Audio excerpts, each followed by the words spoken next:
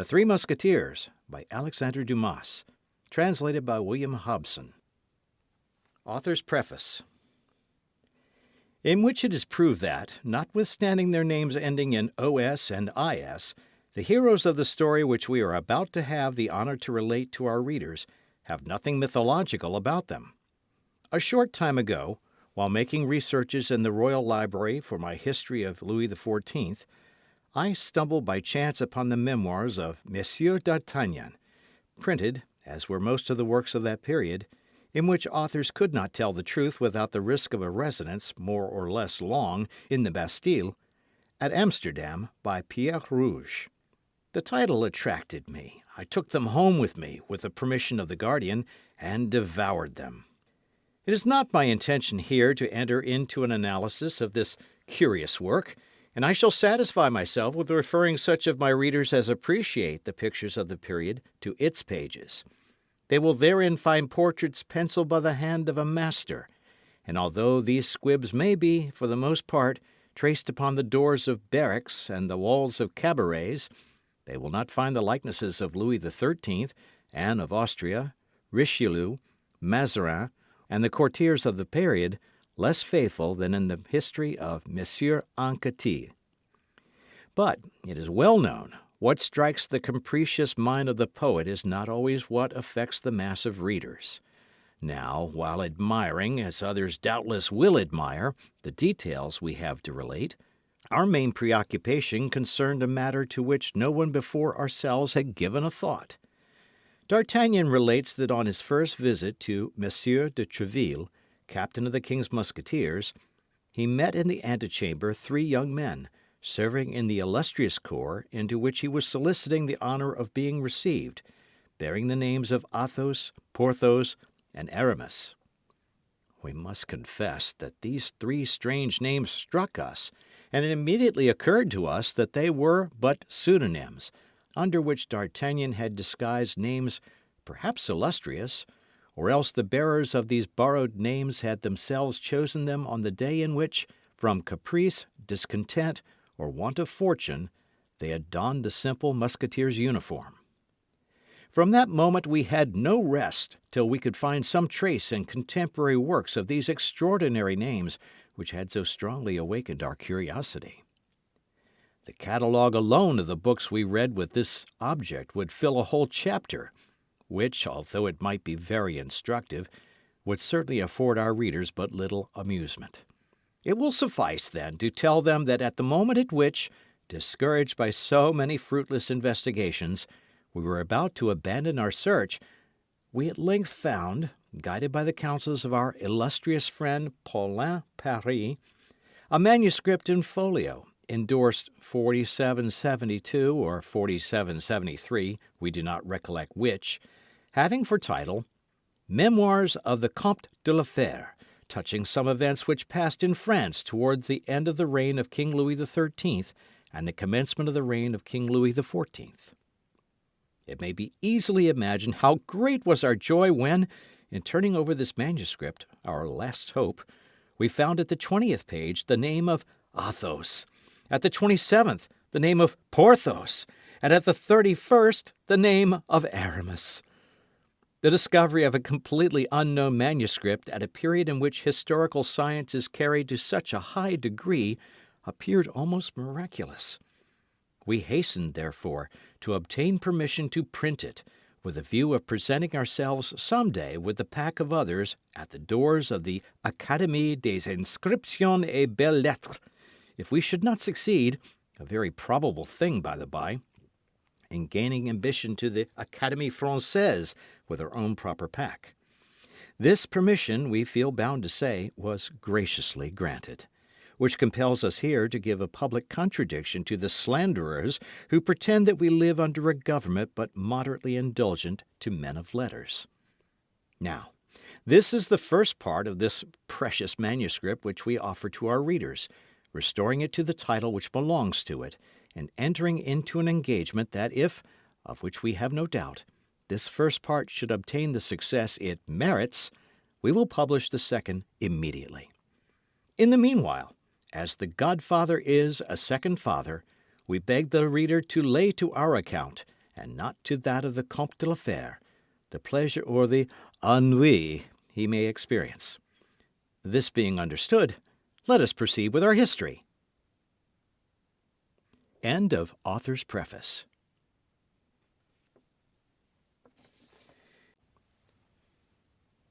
The Three Presents of D'Artagnan the Elder.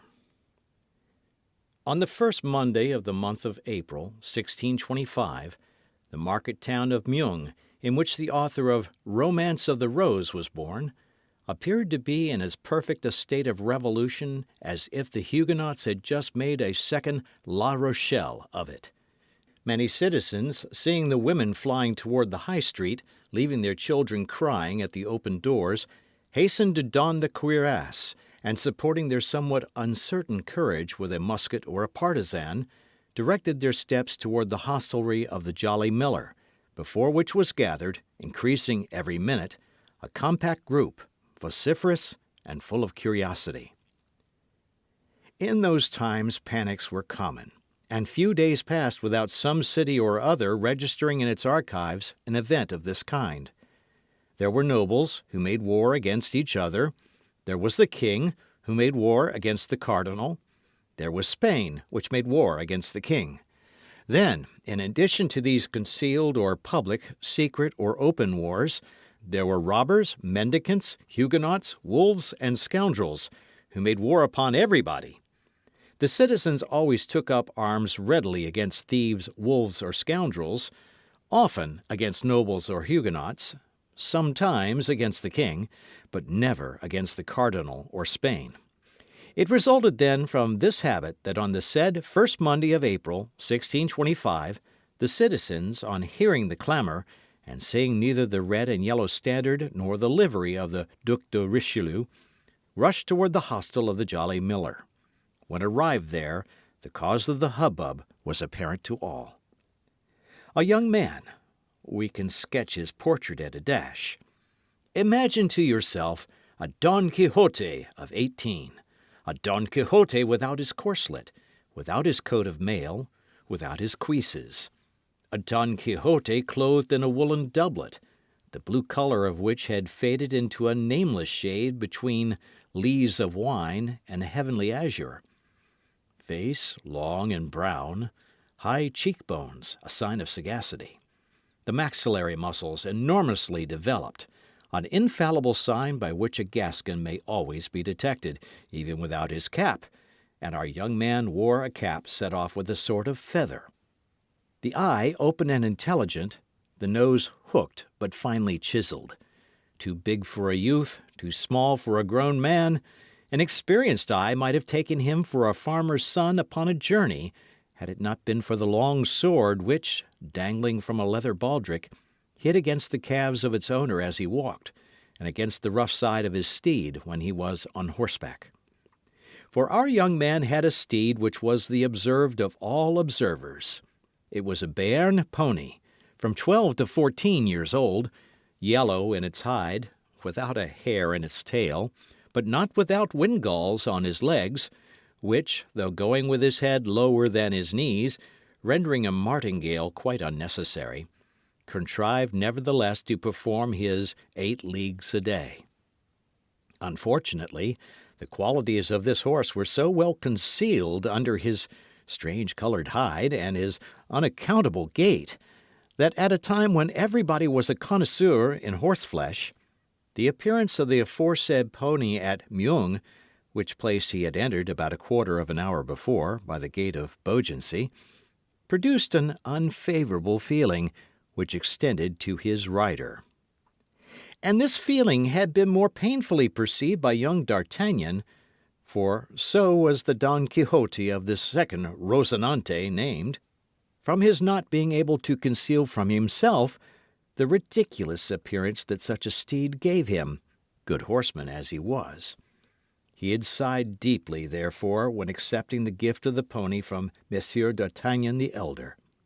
He was not ignorant that such a beast was worth at least 20 livres, and the words which had accompanied the present were above all price.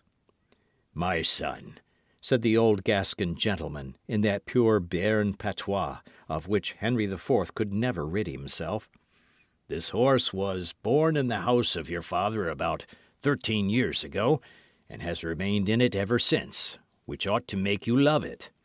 Never sell it. Allow it to die tranquilly and honourably of old age. And if you make a campaign with it, take as much care of it as you would of an old servant.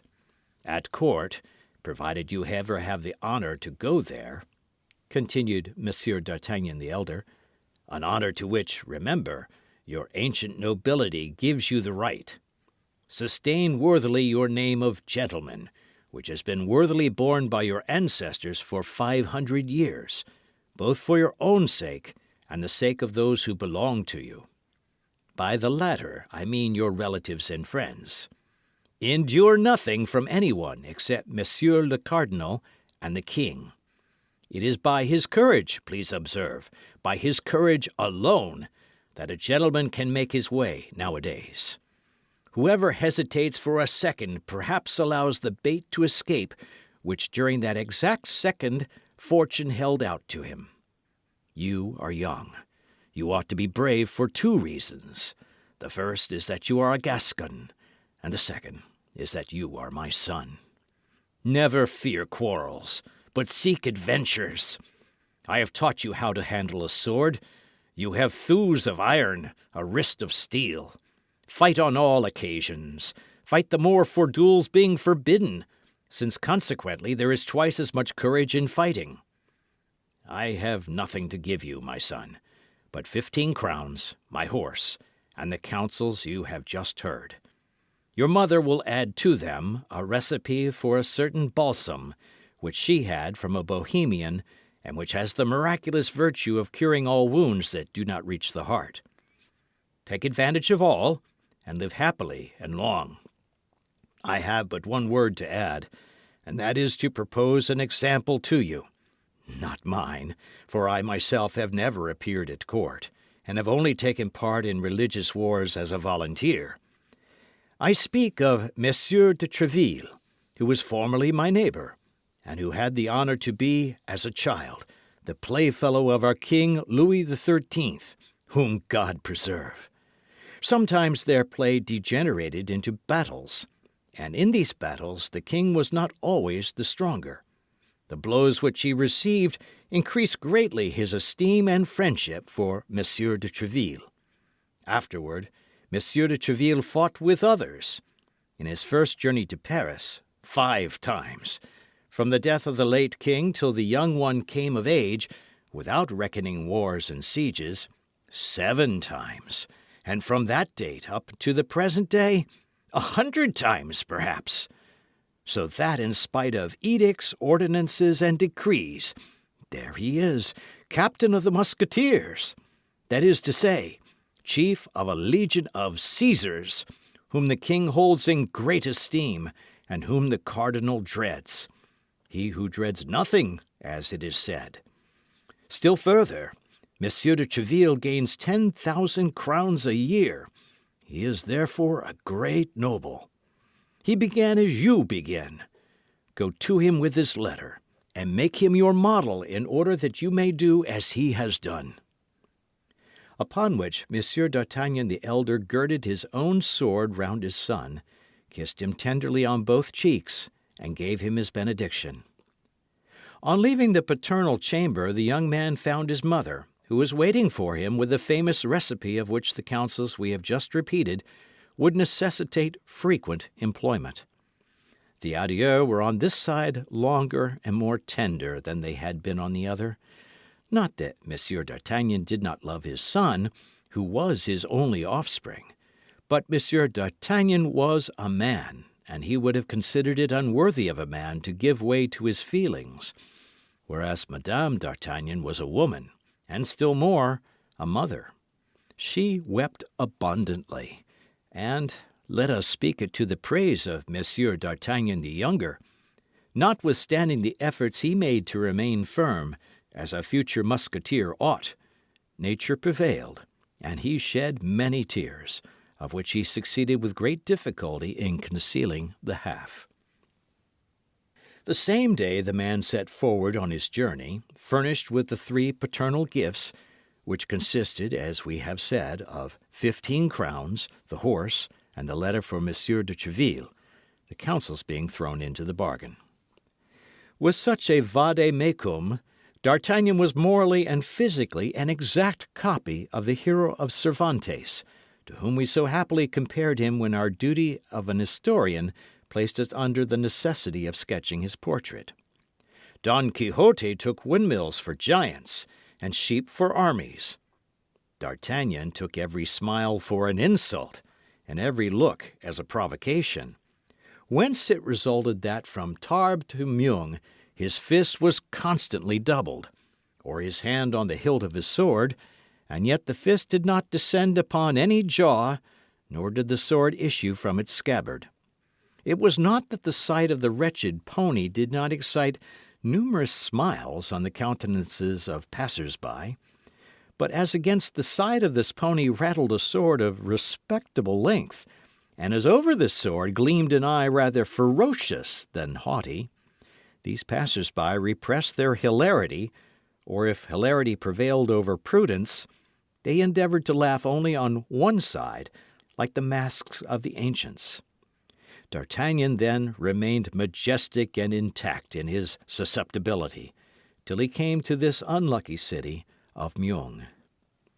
But there, as he was alighting from his horse at the gate of the Jolly Miller, without any one, host, waiter, or hostler, coming to hold his stirrup or take his horse, D'Artagnan spied, through an open window on the ground floor, a gentleman, well made and of good carriage, although of rather a stern countenance, talking with two persons who appeared to listen to him with respect.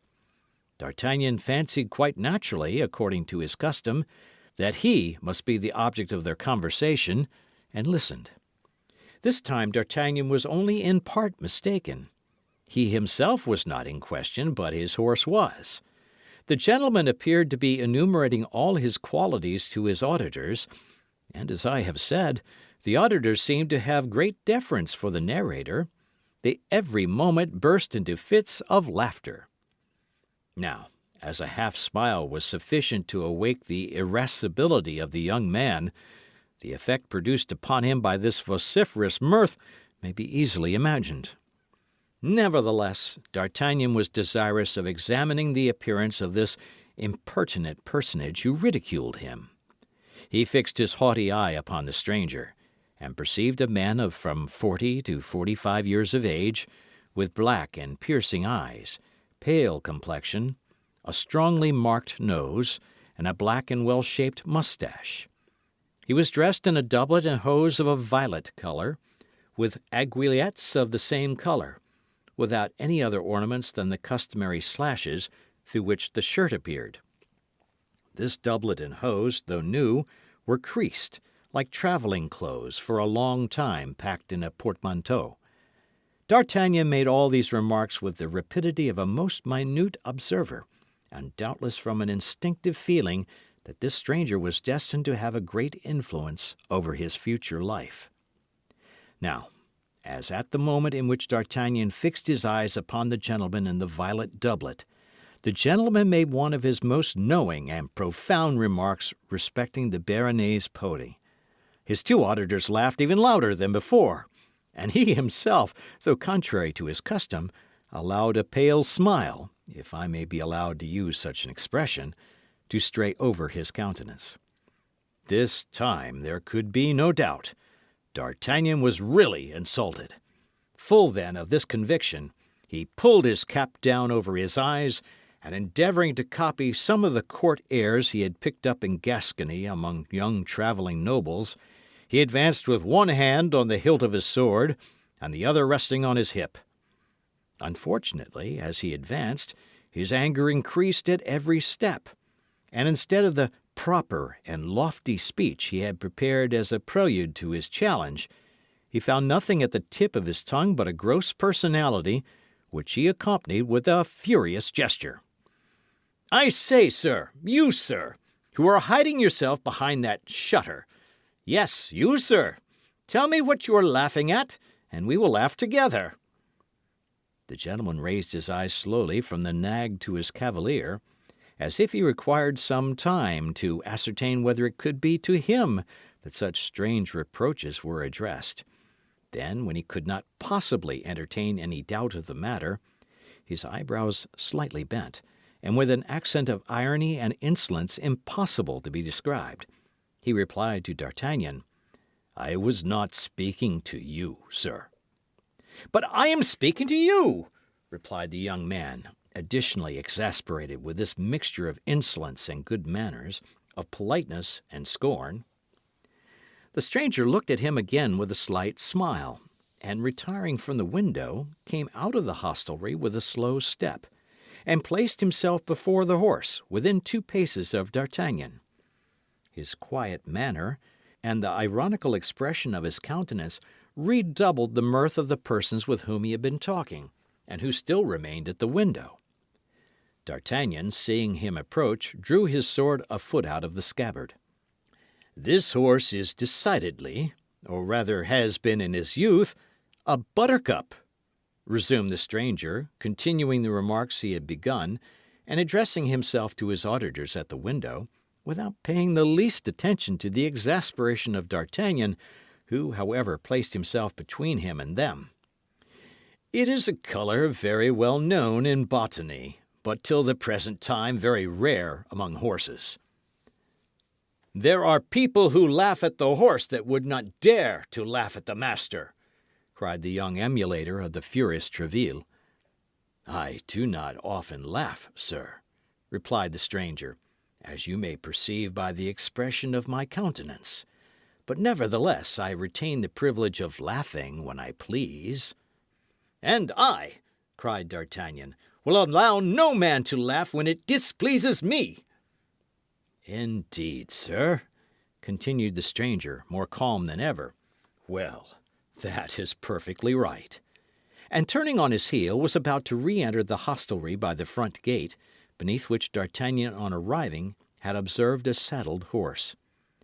But D'Artagnan was not of a character to allow a man to escape him thus who had the insolence to ridicule him.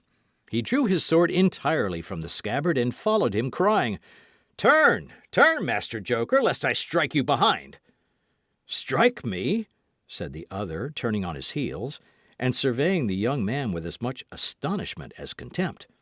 "Why, my good fellow, you must be mad." Then, in a suppressed tone, as if speaking to himself, "This is annoying," continued he. "What a godsend this would be for his Majesty, who is seeking everywhere for brave fellows to recruit for his musketeers." He had scarcely finished when D'Artagnan made such a furious lunge at him that if he had not sprung nimbly backward, it is probable he would have jested for the last time. The stranger, then perceiving that the matter went beyond raillery, drew his sword, saluted his adversary, and seriously placed himself on guard. But at the same moment his 2 auditors, accompanied by the host, fell upon D'Artagnan with sticks, shovels, and tongs. This caused so rapid and complete a diversion from the attack that D'Artagnan's adversary, while the latter turned round to face this shower of blows, sheathed his sword with the same precision, and instead of an actor, which he had nearly been, became a spectator of the fight, a part in which he acquitted himself with his usual impassiveness, muttering nevertheless, "A plague upon these Gascons! Replace him on his orange horse, and let him be gone." "Not before I have killed you, poltroon!"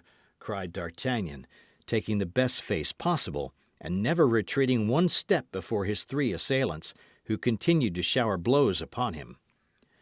"Another gasconade," murmured the gentleman. "By my honour, these Gascons are incorrigible. Keep up the dance, then, since he will have it so. When he is tired, he will perhaps tell us that he has had enough of it." But the stranger knew not the headstrong personage he had to do with. D'Artagnan was not the man ever to cry for quarter. The fight was therefore prolonged for some seconds, but at length D'Artagnan dropped his sword, which was broken in 2 pieces by the blow of a stick. Another blow full upon his forehead at the same moment brought him to the ground, covered with blood and almost fainting. It was at this moment that people came flocking to the scene of action from all sides. The host, fearful of consequences, with the help of his servants carried the wounded man into the kitchen, where some trifling attentions were bestowed upon him. As to the gentleman, he resumed his place at the window, and surveyed the crowd with a certain impatience, evidently annoyed by their remaining undispersed. "Well, how is it with this madman?" exclaimed he, turning round as the noise of the door announced the entrance of the host, who came in to inquire if he was unhurt. "Your Excellency is safe and sound?" asked the host. "Oh, yes, perfectly safe and sound, my good host, and I wish to know what has become of our young man." "He is better," said the host. "He fainted quite away." "Indeed," said the gentleman. "But before he fainted, he collected all his strength to challenge you and to defy you while challenging you." "Why, this fellow must be the devil in person," cried the stranger. "Oh, no, your Excellency, he is not the devil," replied the host with a grin of contempt. "For during his fainting we rummaged his valise and found nothing but a clean shirt and 11 crowns, which, however, did not prevent his saying, as he was fainting, that if such a thing had happened in Paris, you should have cause to repent of it at a later period." "Then," said the stranger coolly, "he must be some prince in disguise." "I have told you this, good sir," resumed the host, "in order that you may be on your guard." "Did he name no one in his passion?" "Yes, he struck his pocket and said, 'We shall see what Monsieur de Tréville will think of this insult offered to his protégé.'" "Monsieur de Tréville," said the stranger, becoming attentive.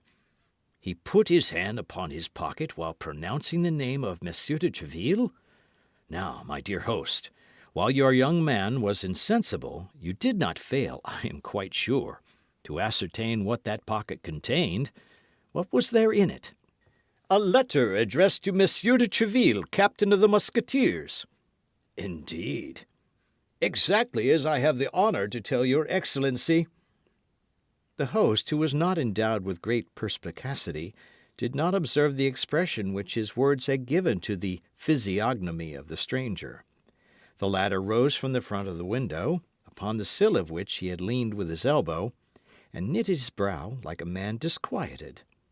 "The devil!" murmured he between his teeth. "Can Tréville have set this Gascon upon me? He is very young, but a sword thrust is a sword thrust, whatever be the age of him who gives it, and a youth is less to be suspected than an older man."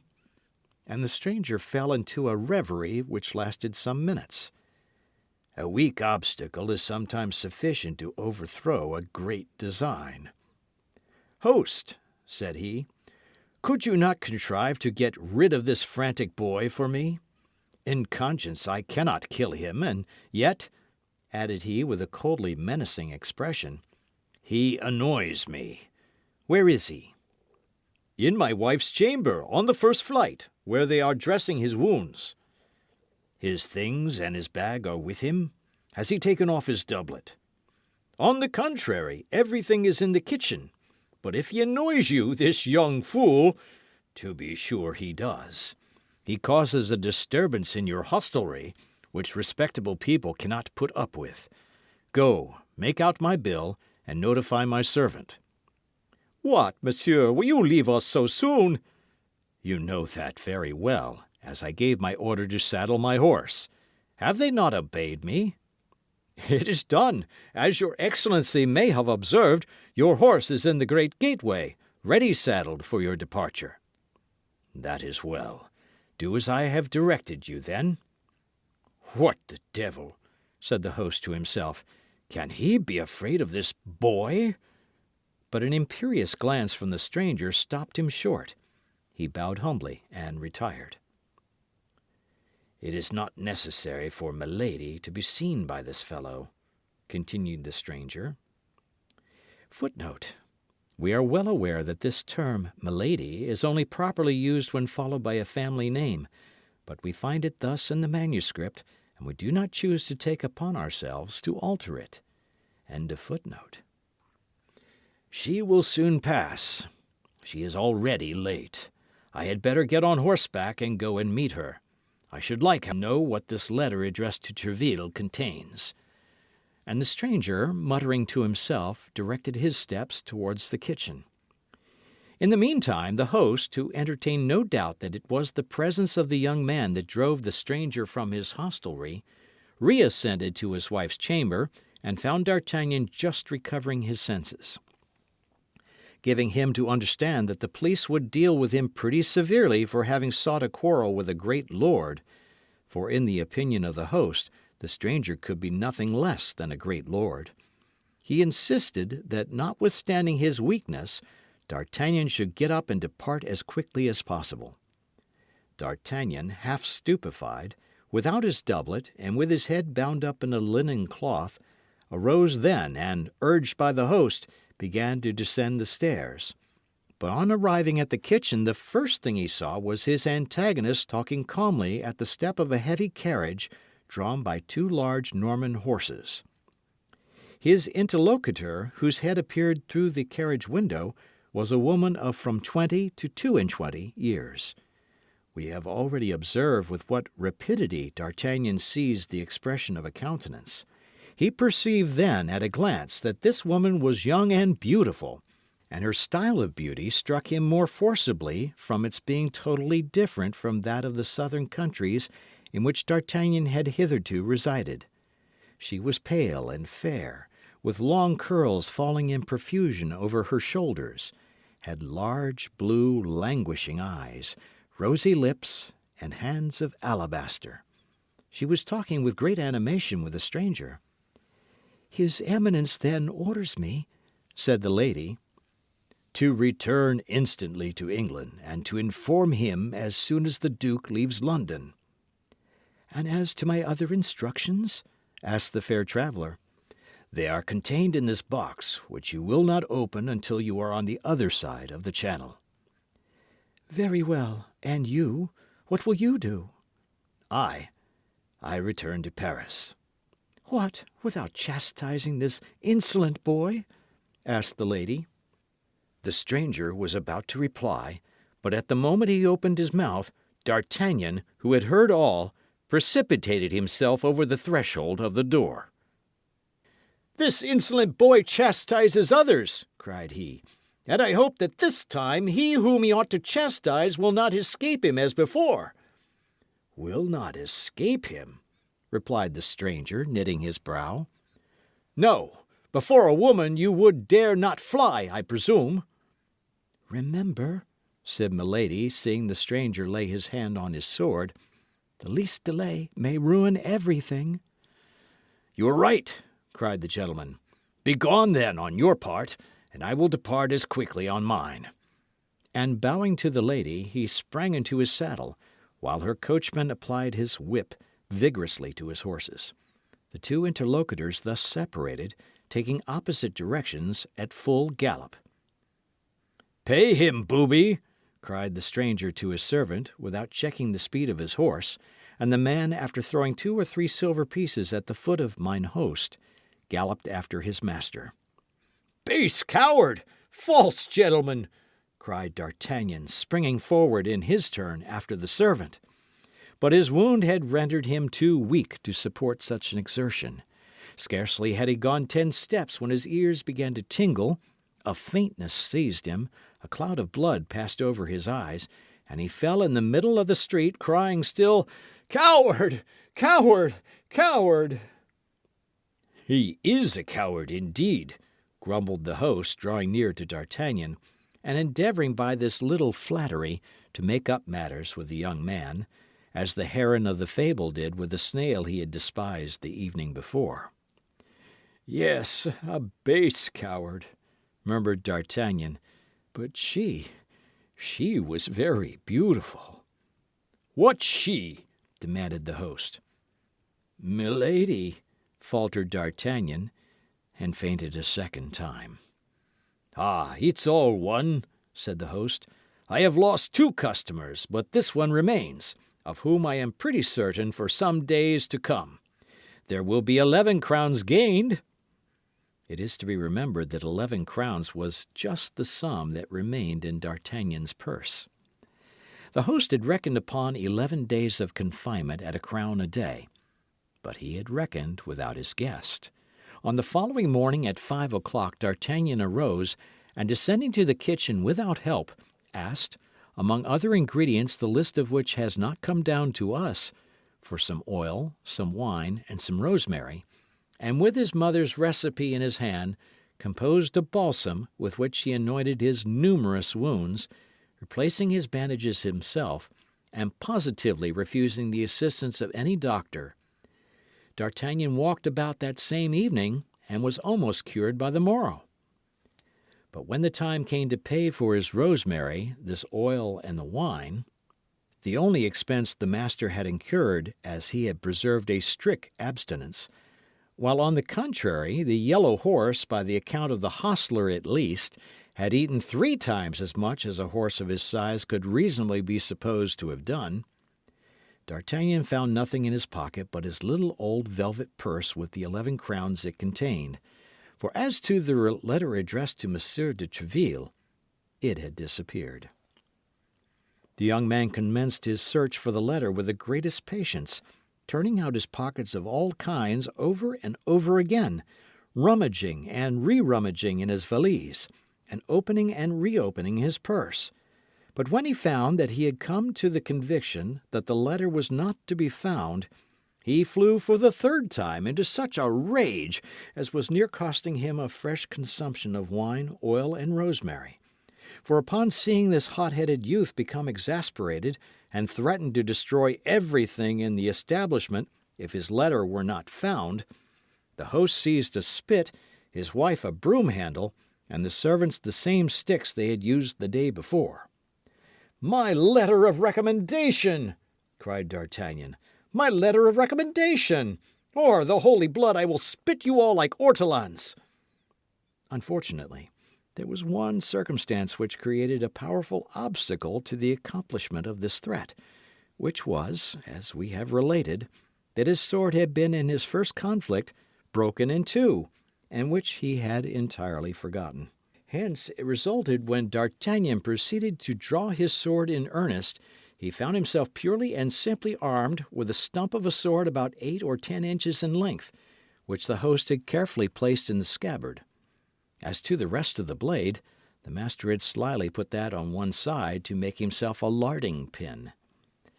But this deception would probably not have stopped our fiery young man if the host had not reflected that the reclamation which his guest made was perfectly just. "But, after all," said he, lowering the point of his spit, "where is this letter?" "Yes, where is this letter?" cried D'Artagnan. "In the first place, I warn you that letter is for Monsieur de Treville, and it must be found, or if it is not found, he will know how to find it." His threat completed the intimidation of the host. After the king and the cardinal, Monsieur de Treville was the man whose name was perhaps most frequently repeated by the military, and even by citizens. There was, to be sure, Father Joseph, but his name was never pronounced but with a subdued voice. Such was the terror inspired by his grey eminence, as the cardinal's familiar was called.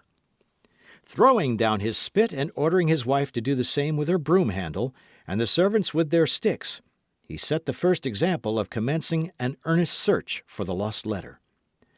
"Does the letter contain anything valuable?" demanded the host, after a few minutes of useless investigation. "Zounds, I think it does indeed," cried the Gascon, who reckoned upon this letter for making his way at court. "It contained my fortune." "Bills upon Spain?" asked the disturbed host. "Bills upon his Majesty's private treasury," answered D'Artagnan, who, reckoning upon entering into the king's service in consequence of this recommendation, believed he could make this somewhat hazardous reply without telling of a falsehood. "The devil!" cried the host, at his wits' end. "But it's of no importance," continued D'Artagnan with natural assurance. "It's of no importance. The money is nothing. That letter was everything. I would rather have lost 1,000 pistoles than have lost it." He would not have risked more if he had said 20,000, but a certain juvenile modesty restrained him. A ray of light all at once broke upon the mind of the host as he was giving himself to the devil upon finding nothing. "That letter is not lost," cried he. "What?" cried D'Artagnan. "No, it has been stolen from you." "Stolen? By whom?" "By the gentleman who was here yesterday. He came down into the kitchen where your doublet was. He remained there some time alone. I would lay a wager he has stolen it." "Do you think so?" answered D'Artagnan, but little convinced, as he knew better than anyone else how entirely personal the value of this letter was, and saw nothing in it likely to tempt cupidity. The fact was that none of his servants, none of the travellers present, could have gained anything by being possessed of this paper. "Do you say," resumed D'Artagnan, "that you suspect that impertinent gentleman?"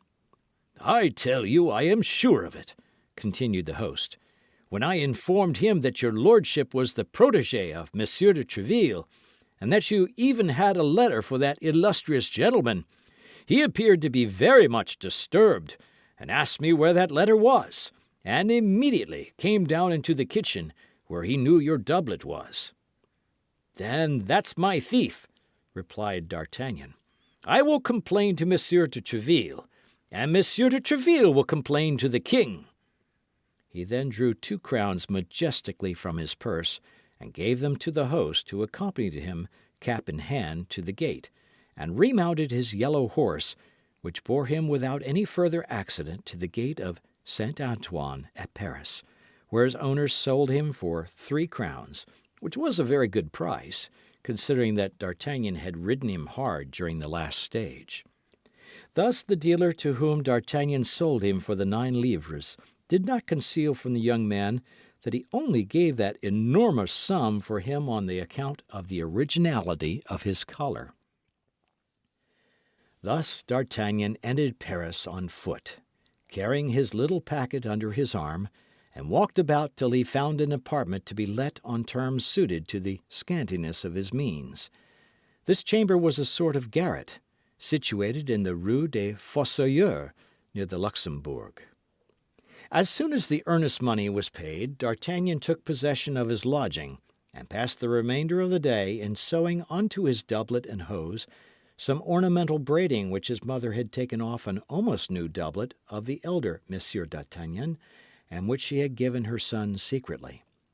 Next he went to the Quai de Ferret to have a new blade put to his sword, and then returned toward the Louvre, inquiring of the first musketeer he met for the situation of the hotel of Monsieur de Tréville, which proved to be in the Rue de Vieux Colombier, that is to say, in the immediate vicinity of the chamber hired by D'Artagnan, a circumstance which appeared to furnish a happy augury for the success of his journey. After this, satisfied with the way in which he had conducted himself at Meung, without remorse for the past, confident in the present, and full of hope for the future, he retired to bed and slept the sleep of the brave. This sleep, provincial as it was, brought him to 9 o'clock in the morning, at which hour he rose in order to repair to the residence of Monsieur de Tréville, the 3rd personage in the kingdom, in the paternal estimation. End of chapter 1.